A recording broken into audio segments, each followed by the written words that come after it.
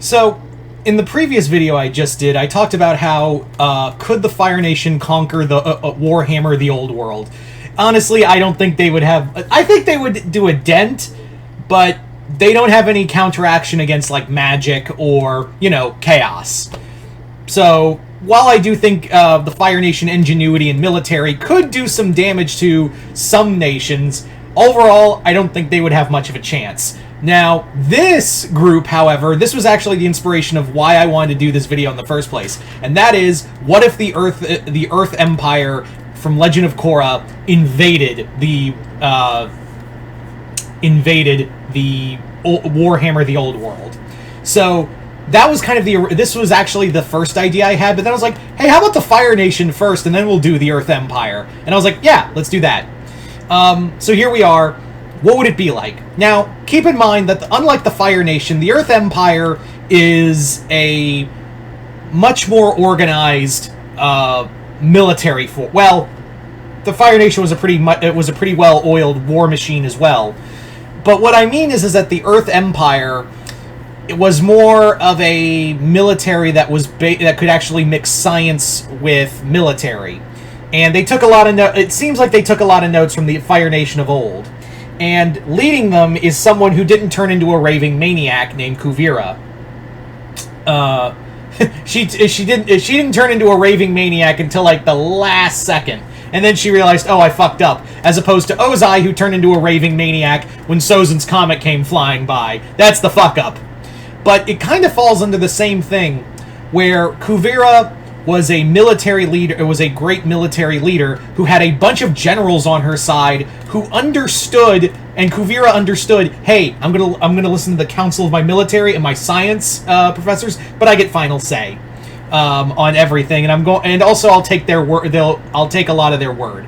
So Kuvira and the Earth Empire, let's say they just ended up in Warhammer: The Old World, and now they're here to conquer. Now, one thing they have, of course, like I said with the Fire Nation, is that your basic soldier is capable of bending, as opposed to the firebenders who could just fire fist everything or shoot lightning out of their fingertips. The Earth Kingdom has something that could probably be a lot more devastating. The Earth Empire has something a little more devastating. They can bend the earth under you. So it's going to be hard to like the Empire of Man marching towards the Earth Empire soldiers, and then the whole ground swallows up half your army. It's going to be hard to fight them when they're literally changing the topography underneath your feet and either throwing rocks at you. They're making everything into mud. They're obviously none of them could lava bend, so I'm not even going to bring that up. But these guys were some of the most elite earthbenders in the world. And they could easily literally 1 second, the entire geography around you is now fucked. Your entire landscape, it's going to be hard to fight someone who could throw a mountain at you, is what I'm saying. And speaking of mountains, I do see that the dwarves would probably be Kuvira's biggest foe to get over first. I think she would look at, like, most of the enemies and be like, out of all of them, like, Kuvira compartmentalizes a lot of her opponent. Like, when she was reunifying the Earth Kingdom and then deciding to make it the Earth Empire, she was really much she's kind of like organizing what to go after next. And what that was, I think she'll use that same kind of strategy for fighting in the Old World. And why would I say she would go after the dwarves first? The dwarves are kind of on the same technological level as the Earth Empire. They have weaponry that could hold their own. They have excellent engineers, and these guys have a wealth and source that they can keep building and outsourcing to other, to the Empire of Man. So Kuvira, I think, would understand that attacking the dwarves would probably be the best chance to cripple a lot of other opponents. So her and Thorgrim Grudgebearer are probably not going to be the best of friends, is what I'm saying. Who's going to go? I mean, really, the Empire of Man is probably going to march to help them, but again, the Earth Empire, they're going to be throwing rocks at them. And furthermore, the other thing you have to understand is that Kuvira, it's not just earth bending. is what I'm saying. Let's talk about this. It's not just earthbenders, it's metal benders. You know, they could literally just bend the metal in the suits of armor they're wearing and just crush someone. Or, I don't know, like, just crumple a sword or, you know, an axe. If there's, like, musket fire being fired at them, some of the earthbenders can just use the metal bending, pinch the metal of those rifles and seal them shut right before they fire, and that's a problem. So there is that.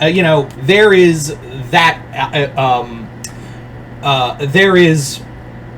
edge they have. The other thing is that the Earth Empire was known to be very technologically advanced. A lot of their war machines were capable of from tanks. They even had rudimentary, not rudimentary, but they had more advanced aircraft. They also had ships. They had a decent sized navy, and they had great military minds to know how to use them. Furthermore, another thing that we found out in Legend of Korra: Ruins of the Empire is that they were working on mind control, like just brainwashing opponents. So they could just easily capture soldiers, brainwash them, either learn everything they need to know about them, or send them back as sleeper agents to start killing motherfuckers when they get back. So when you have abilities to capture people of high ranking and turn them into sleeper agents or unknowing spies, or even just people just to tell you everything about your opponent, that's going to be a problem. The other thing is that, like I said, I don't think that the Fire Nation would... I said, how I don't think the Fire Nation would honestly want to, get in bed with magic. I think they would see as, magic is ugh, that's disgusting. That's not us. We're better than that. Magic is wrong. It's sick. We don't want that. Kuvira isn't an idiot, like I said. Kuvira would understand it's an unknown. When she runs into fighting the high elves or the wood or any elf army in general, she's gonna be so that's gonna be a problem. Let's capture some elves, let's experiment on them, let's experiment with magic, and then we'll make war machines in the same vein. Yeah, remember that giant mech they built? Yeah, that thing was firing and powered on dark spirit, on spirit energy from the spirit tree in the swamp. So I could totally see Kuvira, trying to figure out how to utilize the magic of elves and other elf races and other factions, and trying to use it to her advantage. And God help us all if she starts fucking around with necromancy. That's gonna be a bad one. That's gonna be a bad day if Kuvira tries to think she can manipulate necromancy. And do I think they could be corrupted by chaos?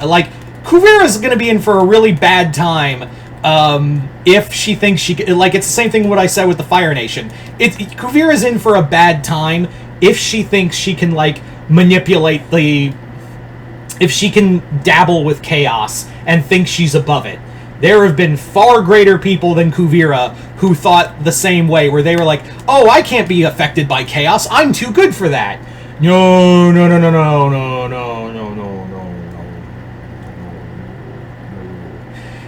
Like I said, you don't bend chaos to your will. Chaos bends you to its will. So, therein lies the problem. The more you dig into chaos, the more chaos digs into you.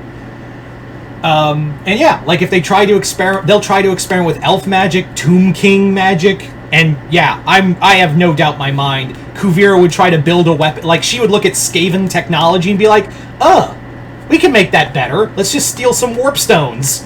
And we'll make a giant mech that's powered on warp stones. Yeah, go Team Earth Empire. Because Kuvira just dabbles in shit she doesn't fully understand. That was the thing with the mech, is that it was running on power that she didn't fully comprehend. Do you really think now, this isn't spirit energy, this is dark magic, and even if it's good magic, it's magic she doesn't understand and could easily corrupt. And furthermore, she's never... The Chaos Gods are nothing like the, spirits of the four nations. There is a clear distinction that they are on a greater power level on that. So honestly, I do think that the Earth Empire would probably get some shit going. I have no doubt in my mind they could easily get some shit going, and probably take out like a few nations. Like I think they'd give Bretonia, like just fuck Bretonia in the ass. And I'm not just saying that because fuck Bretonia. I think they could actually do some damage there. Maybe the Nords as well. Kislev would probably like push their shit in. The Skaven are too many. And again, if Kuvira tries to like fuck around with the thought of trying to use warp stones to her advantage, that's not going to happen. Ulthuan is good luck trying to get to Ulthuan. With trying to do like a D-Day invasion of Ulthuan. So ask anyone else how that went for them. The Empire of Man, I think again, the Empire of Man and the Earth Empire, they would clash constantly. But the one race I think Kuvira would be like, we take them out. If we cripple this race, if we take them out, or at the bare minimum, devastate them to the point where they can't fight anymore, then the rest will, like, in her head, she'll probably think if we beat these guys, we can take out the rest. The dwarves. So I do see, like, the dwarves would probably be Kuvira's first target. But yeah, dwarves are not known for, like, going out easy.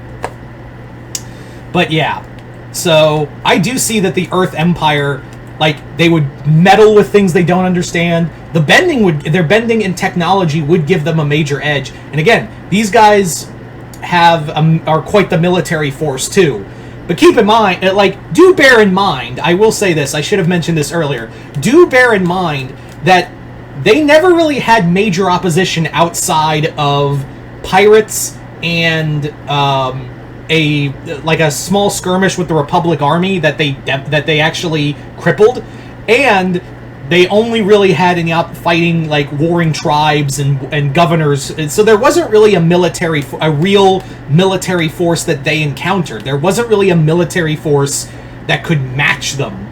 The Fire Nation maybe, but they refused to get in the war, as did the Water Tribe. So there isn't really a true test to Kuvira's army, but now you're going to be stuck in a place that is nothing but war.